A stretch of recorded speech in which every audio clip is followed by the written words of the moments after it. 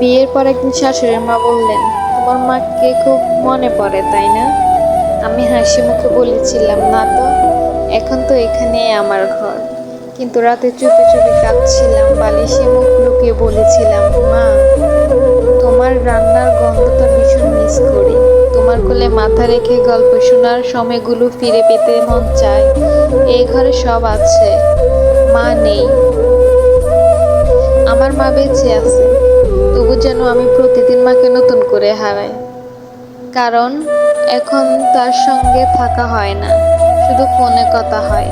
আর মনে হয় এই মানুষটার ছায়ায় আমি কত নিরাপদ ছিলাম। শাশুড়ি মা অনেক ভালো, তবু মায়ের মতো কেউ হতে পারে না। কারণ মা শুধু সম্পর্ক না, মা মানে একটা অনুভব, যে অনুভবটাকে কোনো ভাষা বোঝানো যায় না। যাদের মা আছে, দয়া করে তারা মাকে একটু সময় দিন।